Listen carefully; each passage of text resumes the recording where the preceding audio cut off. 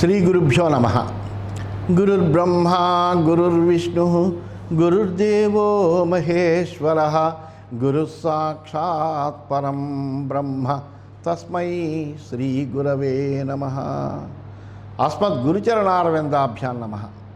నిన్నటి మన మహాభారత ప్రస్థానంలో విరాట పర్వంలో ఆ ధర్మదేవత అనుగ్రహం పొందినటువంటి పాండవులు మనము అజ్ఞాతవాసం చేయవలసినటువంటి సమయం ఆసన్నమైంది. దీన్ని ఎంతో జాగ్రత్తగా చేయాలి, చాలా కష్టతరమైనటువంటిది. అటువంటి దీన్ని చేయడానికి సరైనటువంటి ప్రదేశాన్ని ఎంచుకుందాము అని అందరూ కలిసి చర్చించుకుని విరాట నగరంలో ఉందాము అని నిశ్చయం చేసుకున్నారు. అయితే ఆ విరాట నగరంలో అప్పుడు అర్జునుడు అన్నాడు, ధర్మరాజా నువ్వు ఎలా ఉంటావయ్యా, నువ్వు ఎవ్వరికీ ఇప్పటివరకు సేవ చేయలేదు, అందరి చేత సేవింపడుతూ హాయిగా జీవనాన్ని గడిపినటువంటి వాడు నువ్వు, నీ అంతటి మహానుభావుడు ఇంకోటికి సేవ చేయడం ఏమిటయ్యా, ఎలా నువ్వు ఈ ఆపద నుంచి గట్టెక్కుతావు అంటే అప్పుడు ఆయన చెప్పాడు, నేను కంకుడు అనేటువంటి ఒక ద్విజవేషం వేసుకుని ఆ విరాటరాజు కొలువులో పాచికలాడుతూ ఆ రాజుకి వినోదాన్ని కలిగిస్తూ అతడికి సలహాలు ఇస్తూ అలా నేను గడుపుతాను అని తన యొక్క అభిప్రాయాన్ని తెలియజేసి భీమసేనుని అడిగాడు. భీమసేన నువ్వు మహాబలవంతుడు, అంతేకాకుండా నీకు కోపం కూడా ఎక్కువ, అటువంటి నువ్వు ఈ విరాటరాజు కొలువులో ఎలా ఉంటావు, ఎటువంటి వృత్తిని స్వీకరిద్దామనుకుంటున్నావు తెలియజేవయ్యా అని అడిగాడు. అడిగితే అప్పుడు భీమసేనుడు చెబుతున్నాడు, పౌరోగవో బ్రువాణోహం వల్లవో నామ భారత ఉపస్థాస్యామి రాజానం విరాటమితి మే మతి. నేను వంటవాడినని చెప్తానయ్యా, నా పేరు వల్లవుడని చెబుతూ విరాటరాజుని చేరాలని నా ఉద్దేశము. అందువలన నేను వలలుడు అని తెలుగు భారతంలో వలలుడు అన్నారు, సంస్కృత భారతంలో మటుకు వల్లవహ అన్నారు. అందువలన అటువంటి పేరుతోటి నేను ఆ విరాటరాజు కొలువులో ఉందామని అనుకుంటున్నాను, వంటవాడిగాను. సూపానస్య కరిష్యామి కుశలోస్మి మహానసే కృతపూర్వాణి యాన్యస్య వ్యంజనాన్ని సుశిక్షితై తాన్యపి అభిభవిష్యామి ప్రీతిం సంజయన్నహం. నాకు వంటలు చేయడం చాలా బాగా వచ్చు, అసలు వంట చేయడం అంటే నాకు చాలా ఇష్టమైనటువంటి పని కూడాను. అందువలన ఆ వంటల్లో నేను మంచి నేర్పరిని. పూర్వము సుశిక్షితులైనటువంటి వాళ్ళు చేసిన వంటకాలను మించి రుచికరంగా చేయగలను కూడాను. అందుకనే ఏమంటారు, 40 పాకం అంటారు. నలుడు ఒకడు, భీమసేనుడు ఒకడు కూడా పాకక్రియలో మంచి నిష్ణాతులైనటువంటి వాళ్ళు. అందువలన నాకు వంటలు చేయడం బాగా వచ్చు కాబట్టి మంచి మంచి రకములైనటువంటి వంటలు చేస్తూ రుచికరంగా చేస్తూ ఆ విరాటరాజుకి సంతోషం కలగజేస్తానయ్యా. ఆహరిష్యామి దారుణాం నిచయాన్ మహతోపి చ యత్ప్రేక్ష విపులం కర్మ రాజా సంయోక్షతే సమాం అమానుషాన్ని కుర్వాణః తాని కర్మాణి భారత. పెద్ద పెద్ద కట్టెమోపులను సైతం నేను తీసుకొచ్చేయగలను, నేను ఎందుకంటే నాకు ఆ బలం అన్నది. మానవాతీతాలైనటువంటి ఆ పనులు చూసి రాజు అటువంటి పనులకు నన్నే నియోగిస్తూ ఉంటాడు. అందువల్ల ఆ విధంగా చేస్తూ ఉంటాను. రాజ్ఞస్య పరే ప్రేష్యాః మత్స్యంతే మాం యథా నృపం భక్ష్యాన్న రసపానానాం భవిష్యామి తథేశ్వరః ద్విపావా బలినో రాజన్ వృషభావా మహాబలా వినిగ్రాహ్య యది మయా నిగ్రహిష్యామి తానపి. అలాగే రాజసేవకులందరూ కూడా విరాటుని రాజు అనుకుంటారు. అలాగే నేను కూడా భక్ష్యాన్నాలకు రసపానీయాలకు అధిపతిని అవుతాను, వాటికి నేను రాజునమాట. అందువల్ల బలిష్టాలైనటువంటి ఏనుగుల్ని కానీ ఎద్దుల్ని కానీ ఎదుర్కోవాల్సి వస్తే వాటిని ఎదుర్కోకుంటాను నేను. ఇటువంటి పనులన్నీ కూడా చేస్తూ ఉంటాను. ఏ చకేచిన్ నియోస్యంతి సమాజేషు నియోధకా తానహ్మి నియోస్యామి రతిం తస్య వివర్ధయన్. అంతేకాకుండా మల్ల యుద్ధం చేయడానికి కొంతమంది ఎవరైనా మల్లులు వస్తారు, రాజాశ్రమంలోకి వచ్చి మేము మల్ల యుద్ధంలో మహాప్రావీణ్యులం, మాతో ఎవడైనా పోటీకి పడగలిగినటువంటి వాడు మీ రాజ్యంలో ఉన్నాడా అని ఇలాంటివి అడుగుతూ ఉంటారు. అందువల్ల అలా ఎవరైనా వస్తే వాళ్ళతో నేను యుద్ధం చేసి రాజు యొక్క కోరిక తీరుస్తాను, ఆ రాజుకు ఉత్సాహాన్ని వృద్ధిపరుస్తాను. నత్వేతాన్ యుధ్యమానాన్ వై హనిష్యామి కథంచన తథైతాన్ పాతయిష్యామి యథాయాస్యం దినక్షయం. అంతేకాని వాళ్ళతో యుద్ధం చేస్తూ వాళ్ళని నేను చంపను, అయితే చనిపోకుండా ఊపిరి మాత్రం మిగిల్చి పడగొడతాను వాళ్ళని. ఆరాలికో గోవికర్త సోపకర్త నియోధక ఆసం యుధిష్ఠిరస్యాహం ఇది వక్ష్యామి పృచ్ఛతః. రాజు అడిగితే కనుక నేను ఏమని చెబుతానంటే, నువ్వు పూర్వం ఎవరి దగ్గర పనిచేసేవాడవయా, ఏంటి నీ వృత్తి ఏమిటి, ఇది ఎలాంటి విషయాలు అని అడిగితే, నేను పూర్వం ధర్మరాజు దగ్గర మత్త గజాలని స్వాధీనం చేసుకునేటువంటి ఒక మావటీడుగాను, మంచి పొగరబోతు గీత్తలను విడదీసేటువంటి వాడిగాను, వంట చేసేవాడిగాను, మల్లుడిగాను ఉండేవాడిని అని నేను చెప్తాను. గోవికర్త అంటే ఎద్దుల్ని అణచగలిగిన వాడు. అట్లాగే సోపకర్త అంటే ఉపకర్త అనమాట, చక్కగా ఉపకరించేవాడు అని. అట్లాగే ఆరాలిక, ఆరాలికో అన్నపాకి అంటారు. ఆరాలికుడు అంటే వంటవాడు అని అర్థం, అంటే చక్కగా చేసేటువంటి వాడు అనమాట, అటువంటి వాడిని. అలాగా ఇలాంటివన్నీ కూడా చేసేటువంటి వాడిని అని ఇవన్నీ కూడా నేను చెప్తాను. ఇలాగా ఆ రాజుకి ఆనందం కలిగించే విధంగా అతడికి ఉపకారిగా నేను ఉంటాను అంటూ భీమసేనుడు చాలా మంచి మాటలు, మంచి పదాలని చెబుతూ చక్కగా గోవికర్తగా, ఆరాలికుడిగా, సోపకర్తగా, నియోధకుడిగా నేను ఉండేవాడిని యుధిష్ఠిరుడి దగ్గర కూడాను అని చెప్తాను అని చెప్తూ అంటున్నాడు. ఇంకా ఆత్మానం ఆత్మనా రక్షన్ చరిష్యామి విషాంపతే ఇత్యేతత్ ప్రతిజానామి విహరష్యామ్యహం యథా. అంతేకాదయ్యా, నేను నన్ను నేను రక్షించుకుంటూ సంచరింపగలను. అందువల్ల నన్ను నేను రక్షించుకుంటాను. రాజుకి ఏదైనా ఇబ్బంది వస్తే కనుక అతన్ని కూడా ఇబ్బందుల నుంచి రక్షించేసేట్టుగా ఉంటాను. అంతేకాకుండా అతనికి మంచి వంటలు చేసి పెడుతూ ప్రీతిని కలగజేస్తూ ఉంటాను అని తెలియజేశాడు. అప్పుడు యుధిష్ఠిరుడు అంటున్నాడు, యమగ్నిర్బ్రాహ్మణో భూత్వా సమాగచ్చన్ రుణాంబరం దిదిక్షు ఖాండవం దావం దాస అర్హసహితం పురా మహాబలం మహాబాహుం అజితం గురునందనం సోయం కింకర్మ కౌంతేయ కరిష్యతి ధనంజయ. అప్పుడు వెంటనే అర్జునుడిని అడిగాడు, ఏంటంటే అగ్నిహోత్రుడు బ్రాహ్మణ రూపం ధరించి వచ్చి కృష్ణుడితో కూడినటువంటి అర్జునుడిని ఖాండవనం దహించడానికి వరం అడిగాడు కదా, అటువంటి బలవంతుడు అంటే అగ్నిహోత్రుడు కూడా వచ్చి సహాయం అడగగలిగినటువంటి సమర్థుడైనటువంటి వ్యక్తి ఎవరయ్యా అంటే అర్జునుడు. మహాబలవంతుడు, ఆజానుబాహు, అజేయుడు, ఎవడు జయించడానికి శక్యం కానటువంటి వాడు. అటువంటి అర్జునుడు ఇప్పుడు విరాటుడు దగ్గర ఏం పని చేస్తాడు? యోయమాసాధ్య తం దావం తర్పయామాస పాపకం విజిచ్చైకరధేనేంద్రం హత్వా పన్నగ రాక్షసాన్ వాసుకే సర్పరాజస్య స్వసారమృత వంశయ శ్రేష్ఠోయ ప్రతియోధానం సోర్జున కింకరిష్యతి. అర్జునుడు ఎటువంటి వాడు? నాగుల్ని, రాక్షసుల్ని చంపి కేవలము రథ మాత్ర సహాయంతో ఇంద్రుణ్ణి కూడా జయించి దావాగ్నితో అగ్నిహోత్రుణ్ణి సంతృప్తిపరిచినటువంటి వాడు అర్జునుడు.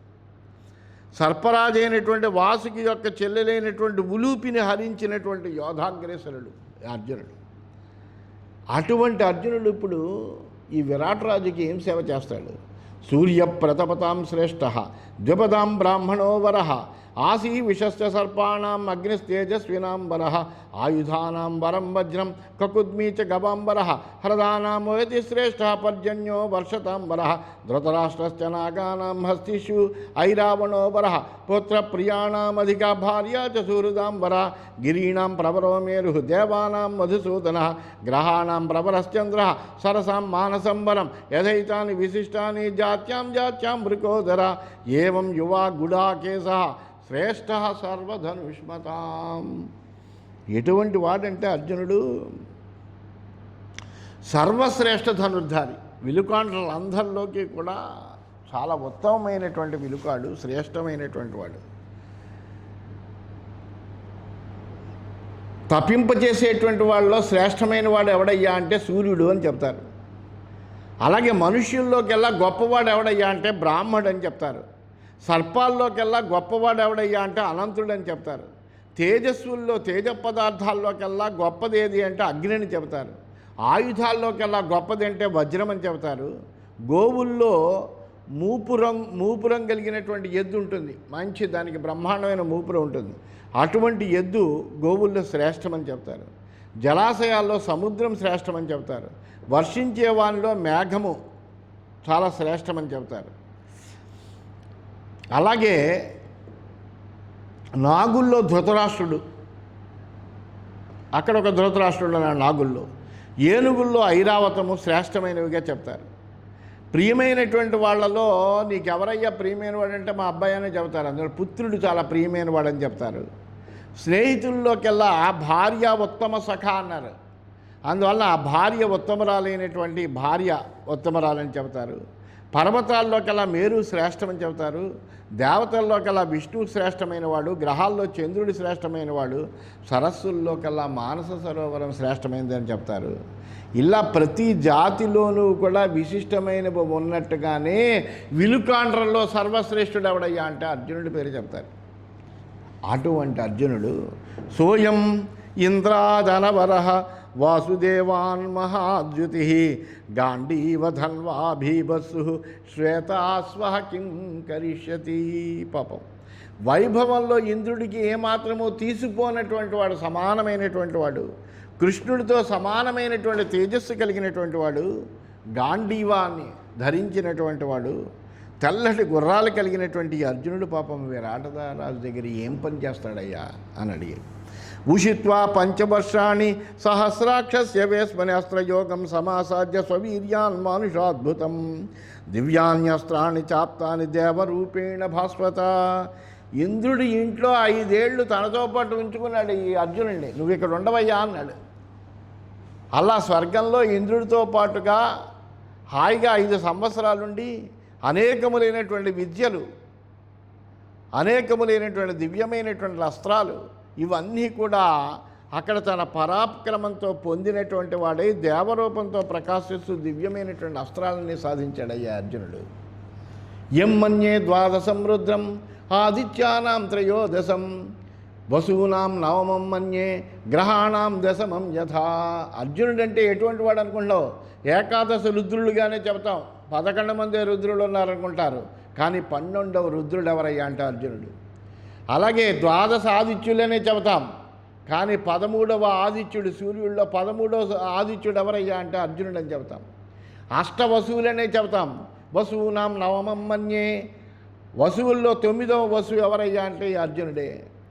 అలాగే నవగ్రహాలు చెబుతాం మనం. మన్యే గ్రహాణాం దశమం యథా, 10వ గ్రహం ఎవరంటే అర్జునుడు అని చెప్పాలి.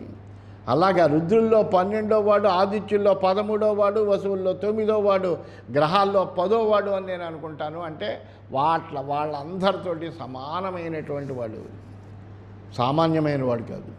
యస్య బాహు సమో దీర్ఘౌ జాఘాత కఠినత్వజౌ దక్షిణే చైవ సవ్యే చ గవామివ వహకృతః. ఈ అర్జునుడి యొక్క భుజాలు ఎటువంటివి అయ్యా అంటే 2 చాలా దీర్ఘమైనటువంటి భుజాలు, సమానమైనటువంటివి, వింటినారి దెబ్బలతో కఠినమైనటువంటి చర్మం కలిగినటువంటివి. అంతేకాదు 2 చేతులకి కూడా ఈ వ్యాఘాతాలు ఉంటాయి. సవ్యసాచి 2 చేతులతోటి బాణాలు వేయగలిగినటువంటి వాడు. అందువల్ల ఈ భుజాల దగ్గర ఎలా ఉంటాయంటే ఈ ధనుస్సుల్ని ఎలా పెట్టుకోవడం వల్ల ఆ 2 భుజాల దగ్గర కూడా ఆ గాయాలు ఉంటాయి. అటువంటి చర్మంతో ఉన్నటువంటి వాడు. అలాగే ఎద్దు మూపురాల వలె మంచి ఎత్తుగా కూడా ఉంటాయి.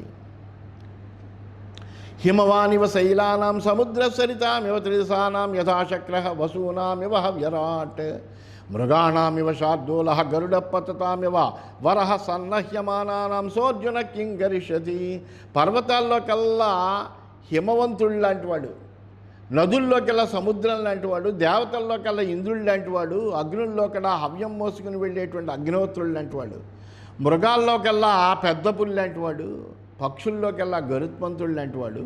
యుద్ధ వీరుల్లో అర్జునుడు చాలా శ్రేష్టమైనటువంటి వాడయ్యా, సామాన్యమైనటువంటి వాడు కాదు. అటువంటి అర్జునుడి విరాటుని దగ్గర ఏం పని చేస్తాడు అని అన్నాడు. అంటే అప్పుడు అర్జునుడు చెబుతున్నాడు, ప్రతిజ్ఞాం షండకోస్మీతి కరిష్యామి మహీపతే జాఘాతౌ హి మహాంతో మే సంవర్తన్ నృపదుష్కరో బలయైశ్చాదయిష్యామి బాహు కిణకృతావ్యమౌ. అప్పుడు అర్జునుడు చెప్పాడు, రాజా రాజ్యసభలో నేను పేడినని చెప్తానయ్యా. నేను షండకుండని చెప్తాను.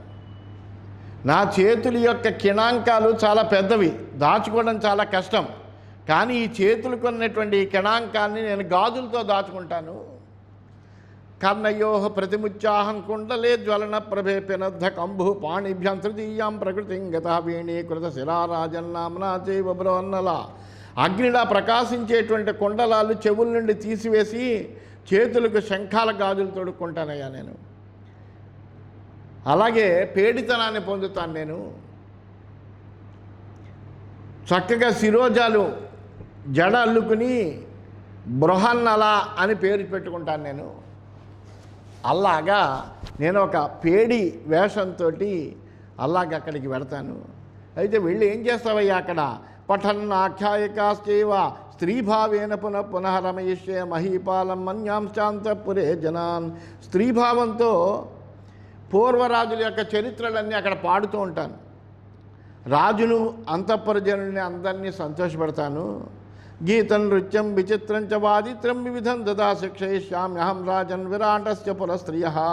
అంతేకాదయ్యా, నేను గీతము నాట్యము ఇవన్నీ కూడా నేర్చుకున్నాను. అందువలన ఆ విరాటరాజు కొలువులో ఉండేటువంటి పురస్త్రీలకి గీతాలు, విచిత్రమైన నృత్యాలు, అనేక విధమైన వాద్యాలు, వీటిల్లో శిక్షణనిస్తాను.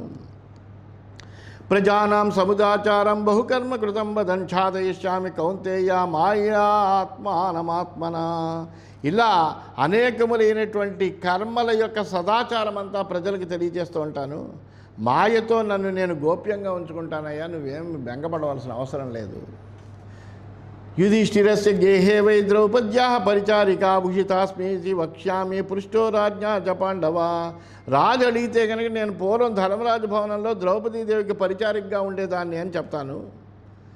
ఏతేన విధినాచ్ఛన్న కృతకేన యథా నలహ విహరిష్యామి రాజేంద్ర విరాట భవనే సుఖం. ఈ విధంగా నేను నివురుగప్పిన నిప్పులాగా విరాటుని యొక్క అంతఃపురంలో సుఖంగా జీవిస్తానయ్యా, నాకేం బెంగలేదు అని అర్జునుడు చెప్పాడు.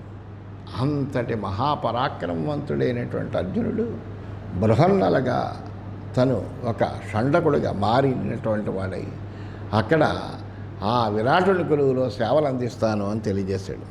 ఇది శ్రీమన్మహాభారతే విరాట పర్వణి పాండవ ప్రవేశ పర్వణి యుధిష్ఠిరాది మంత్రణే ద్వితీయోధ్యాయ.